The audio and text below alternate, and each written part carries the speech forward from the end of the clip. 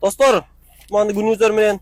Даберiniz менен достор, Кыргызстандын учетто сразу оформление дейт. 2004-жылкы 1.5 мотор достор. Мотор привозда басылып, салондорун нелестерем, салондорун караңыздарчы. Өзгөчө сонун болуп жасалган ушундай. Кожалар тигилген достор, электропакет, гидравлика бар.